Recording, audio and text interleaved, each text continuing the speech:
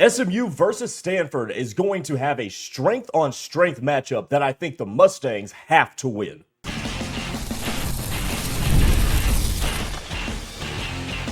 You are Locked On SMU, your daily podcast on the SMU Mustangs, part of the Locked On Podcast Network, your team every day.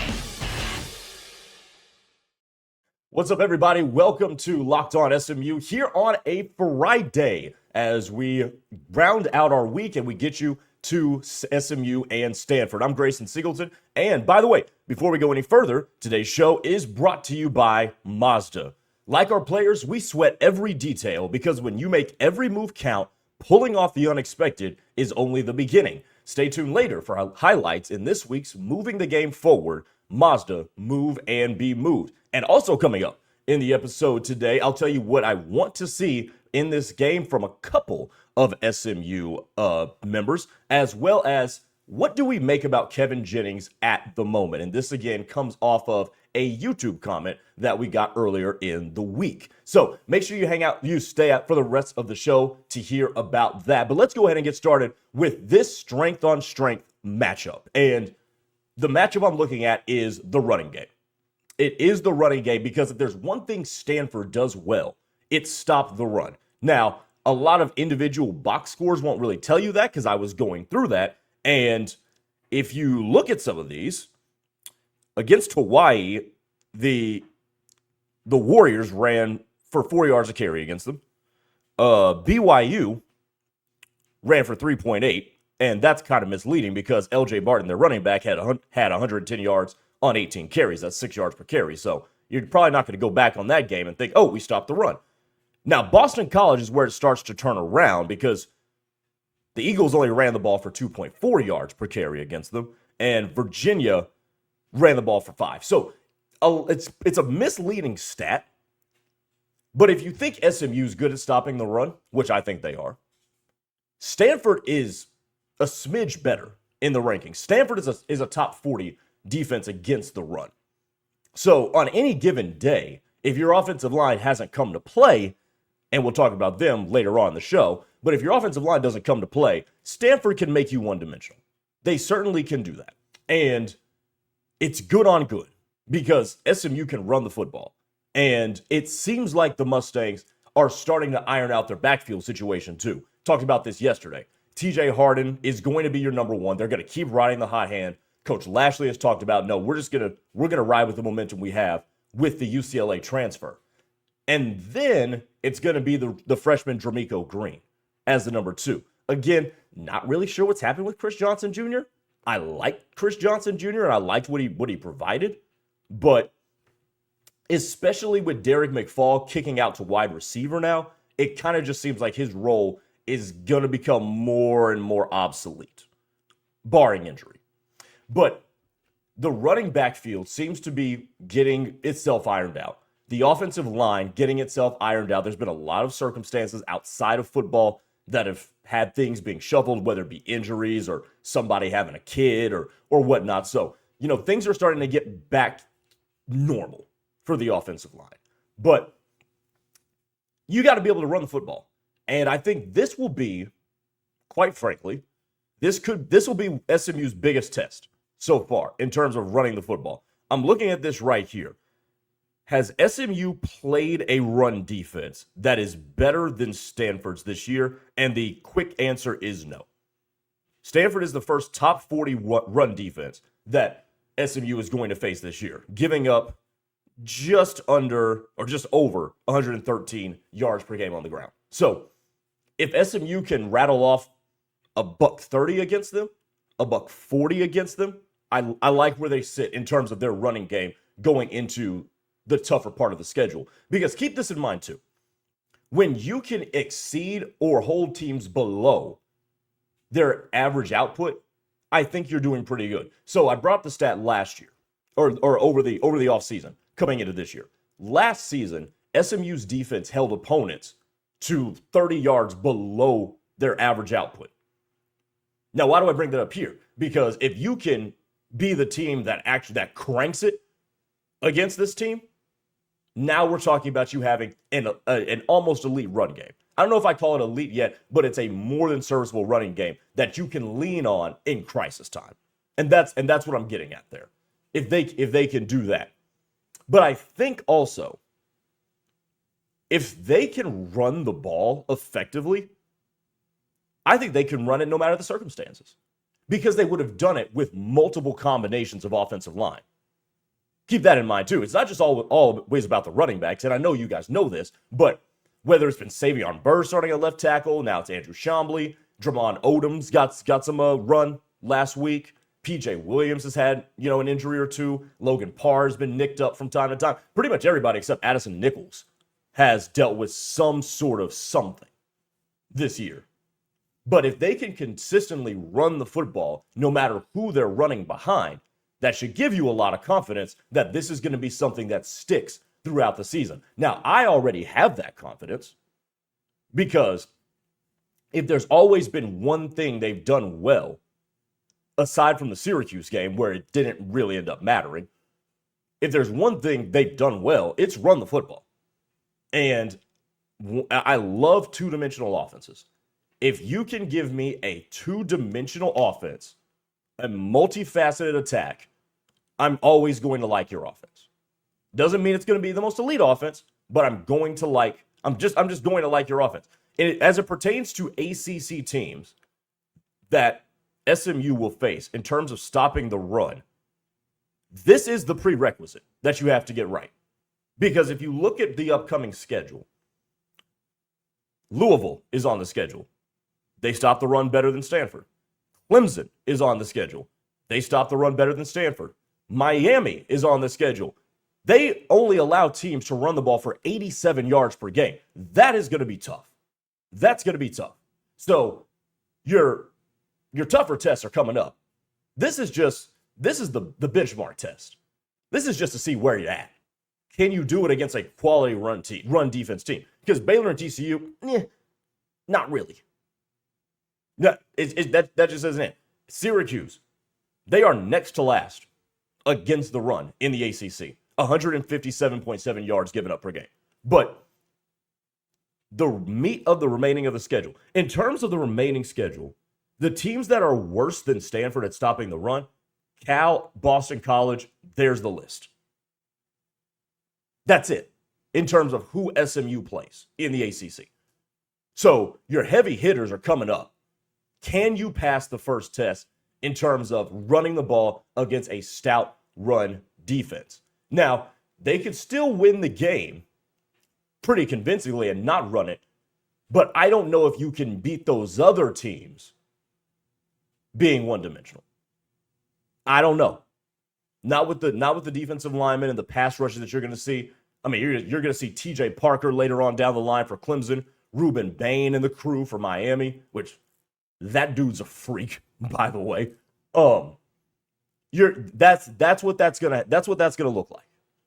So can you in this game win the first good on good? Can you win the running attack against a good running defense? That's what I want to. That's the first thing that I want to see, and I think that's what I'm going to keep my eye on. SMU could still win this game. SMU could still win this game convincingly because Stanford's not a good team. But I'm looking at this from the prism of how are we going to fare against the better teams on the schedule. That's how I'm looking at that. So, and from that frame of mind, got to win this matchup. You got to run for $120, $130, and make it look like you're running the ball effectively. And I think SMU is capable of doing that. But that's the first thing I'm going to look at when it comes to this game tomorrow morning. Coming up next, good start to the show. What do I want to see from the team as a whole and this one group in particular? We'll talk about that on the other side. Keep it here. Locked on SMU.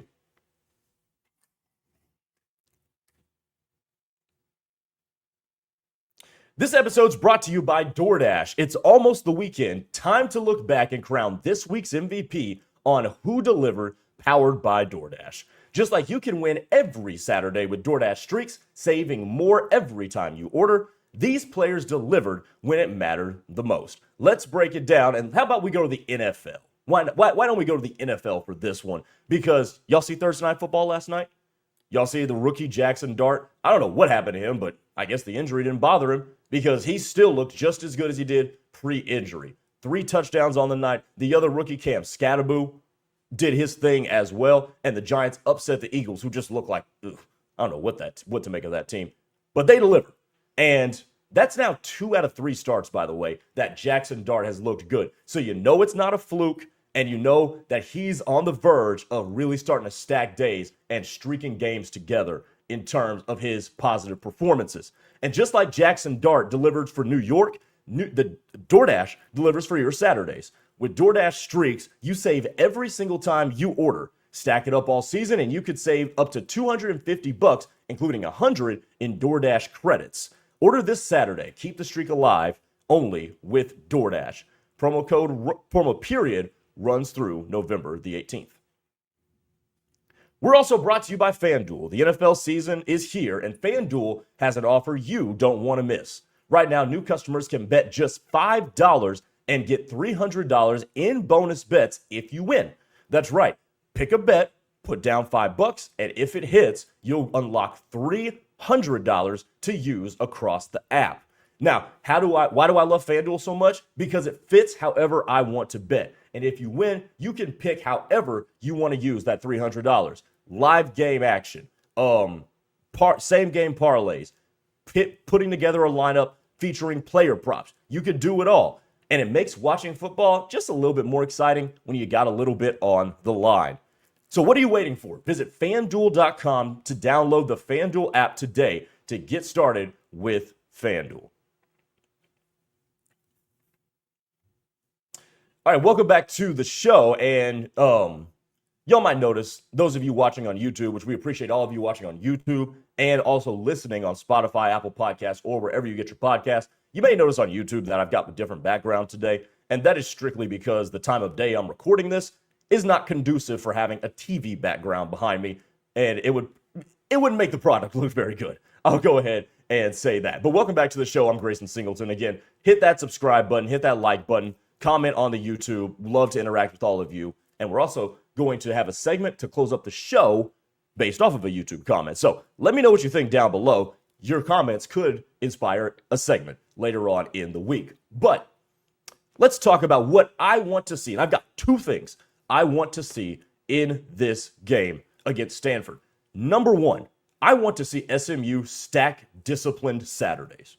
Stack disciplined Saturdays. What do I mean by that? Well, did you notice? And I brought this up in a previous episode. But did you notice that the Mustangs only committed 2 penalties? 2 penalties against Syracuse. That's right. The most penalized team from a year ago, who has seemingly followed suit this year, only committed 2 penalties, costing them 15 yards. The entire game. I mean, it was great. Now, granted, I didn't notice this as I was watching the game, but I did notice this. The Mustangs weren't shooting themselves in the foot. And to me, that's huge. Because remember, part of why they looked so disjointed at the beginning of the year was because of all the penalties, all the holds. You know, you had some pass interferences, you had some unsportsmanlike conducts, and some of them, quite frankly, were just dumb, both on the player and by virtue of the rule too, honestly, if we're going to be completely transparent here. But they didn't do any of that. They didn't do any of that. And as a result, they played their best game of the season. Particularly, I think, you guys might disagree with me on this, I thought they played their best game on offense. A 21-point quarter against a Power 4 team, you bet I'll take that. That certainly was our best quarter of the season, collectively as a team. But I think it's not a coincidence that came in the game where they committed only 2 penalties.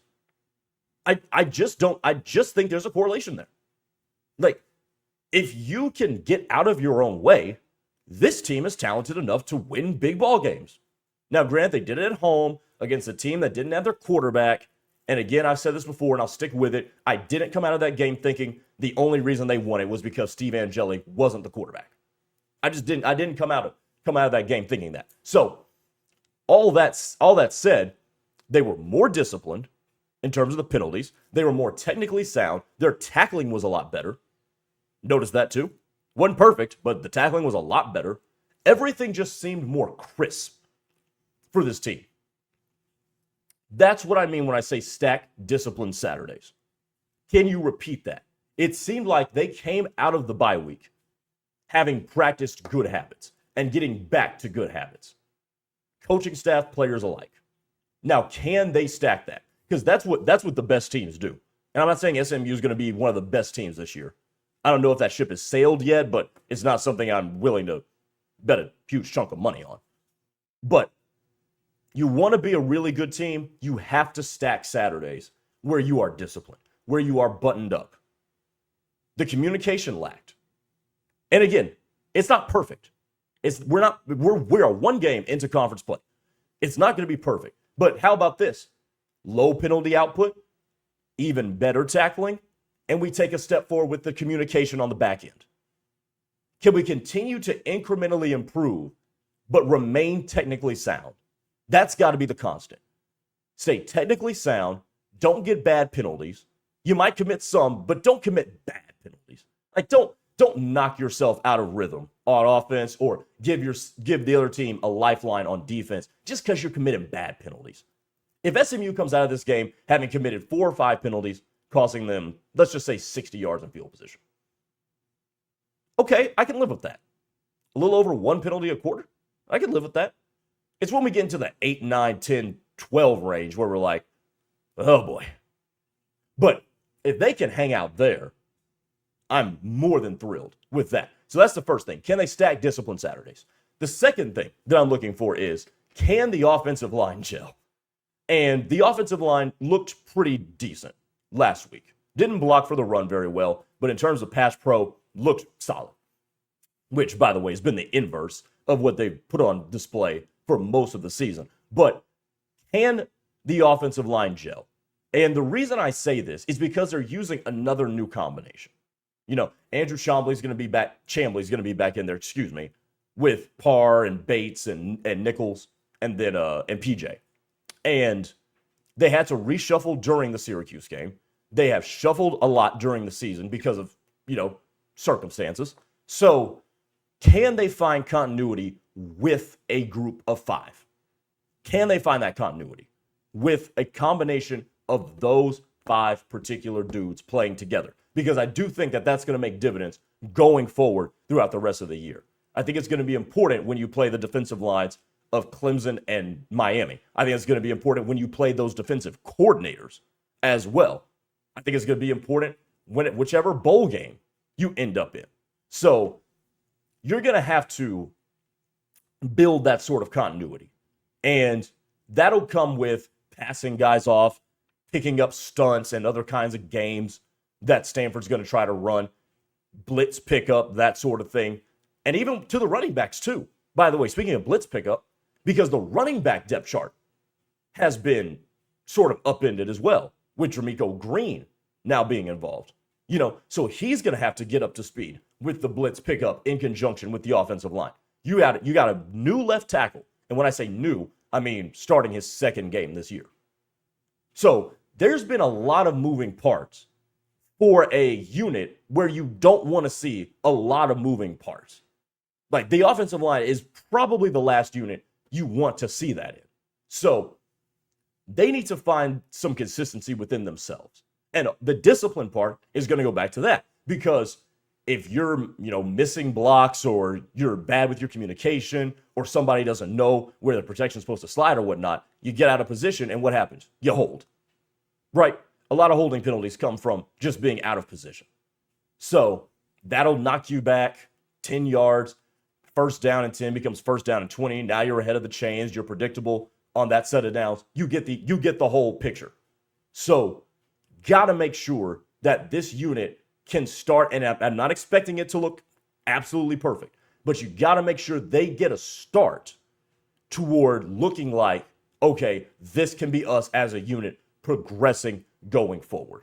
Because that's always a red flag of mine with a team. If you are running through a rotation and a merry-go-round at who's at offensive line, I genuinely, it raises a red flag for me. But if they can develop some continuity, and they've had a soft landing to begin ACC play, If they can develop some continuity with this offensive line, they can start to be better. Coming up next, one more segment to go of the week here on Locked On SMU. Let's talk about the quarterback again.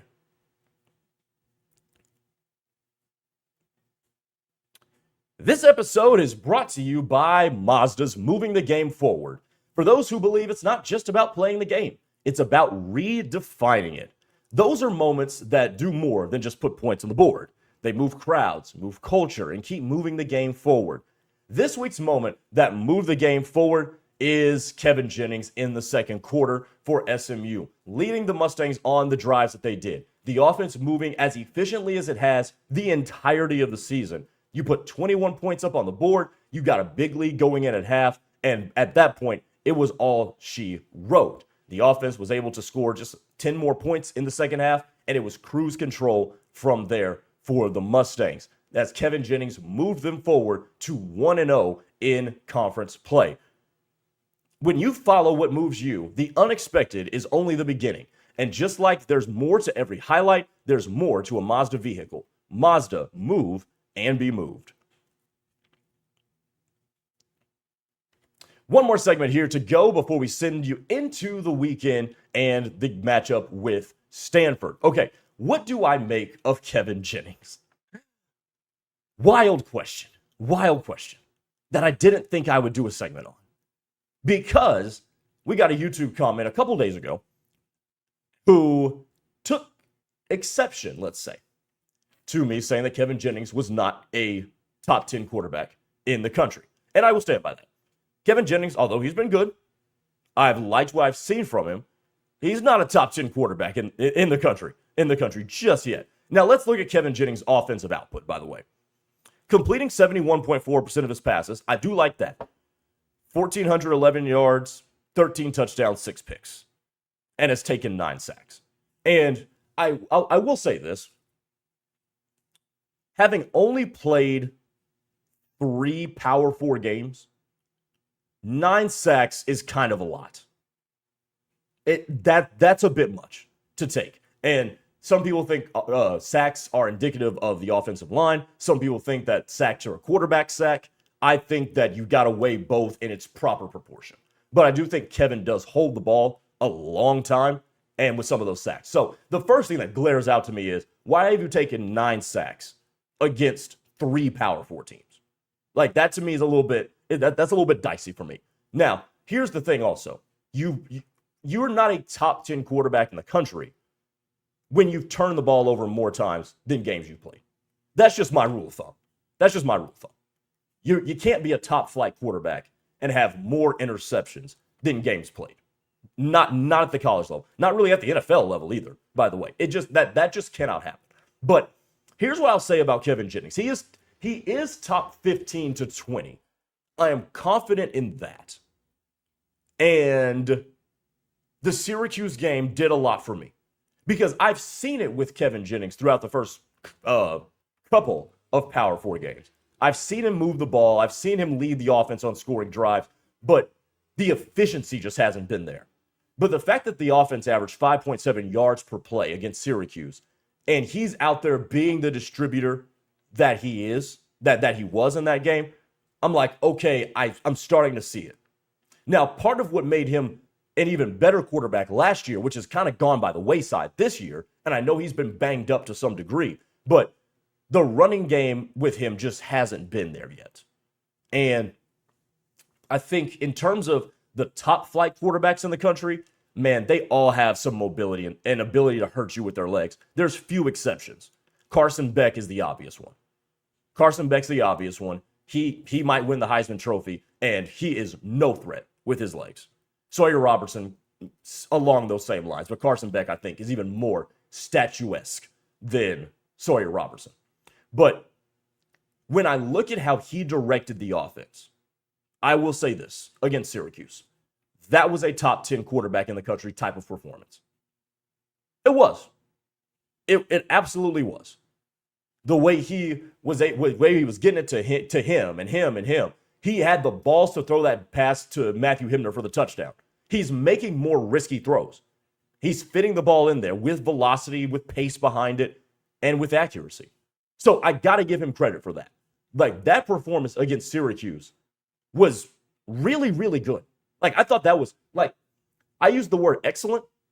Like, I thought it was more than excellent. I thought it was fantastic what he did against Syracuse.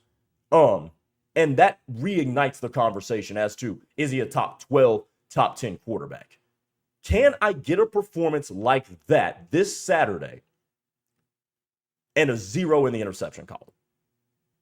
And I know not all of his interceptions have been, boneheaded plays. Don't get me wrong on that. There's been dropped balls. There's been desperation plays, which, again, not just like every sack is not created equal. Every interception is not created equal either. Like, we all know this watching football. So, but ultimately, you've played 5 games, 3 against Power 4 teams, and you've thrown 6 picks. Like ultimately, that just doesn't look good.